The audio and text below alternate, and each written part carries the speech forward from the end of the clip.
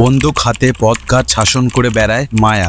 প্রকাশ্য টেক্কার পোস্টার, নতুন লুকে নজর কাড়লেন রুক্মিণী। ববকাট চুল, হাতে বন্দুক, চোখে সানগ্লাস, নতুন রূপে নতুন চমক দিয়ে হাজির অভিনেত্রী রুক্মিণী মৈত্র। প্রকাশ্য এলো টেক্কার নতুন পোস্টার। পুজো দর্শককে টেক্কা দিতে প্রস্তুত দেব সৃজিত। এবারে পুজোয় সৃজিত মুখোপাধ্যায় পরিচালনা আসছে টেক্কা। ছবিতে অভিনয় করেছেন দেব, রুক্মিণী মৈত্র, স্বস্তিকা মুখোপাধ্যায়, সৃজা দত্ত সহ আরও অনেকে। ইতিমধ্যে ছবিতে দেবের প্রথম ঝলক প্রকাশ্য এসেছে। এবার সামনে এলো রুক্মিণীর প্রথম ঝলক, আর সেখানে তাসের কার্ডের ফ্রেমে অন্য রূপে দেখা গেল রুক্মিণীকে। টেক্কার নতুন পোস্টারে রুক্মিণীর লুক দেখে চমকে উঠেছেন অনেকে। এর আগে বুমেরাঙে রোবটটির লুকে দর্শকের চমক দিয়েছিলেন রুক্মিণী।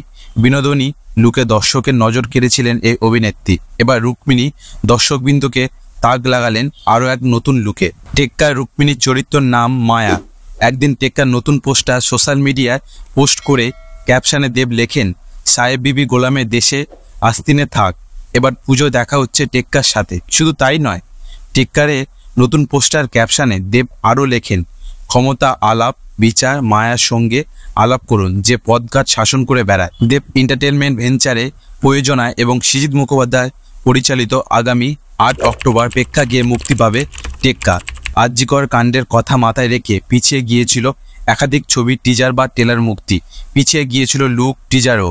তবে এবার প্রতিবাদের পাশাপাশি ধীরে ধীরে ছন্দে ফিরছেন টলিপাড়া। বৃহস্পতিবার খাদানের টিজার প্রকাশ্য এনেছেন দেব।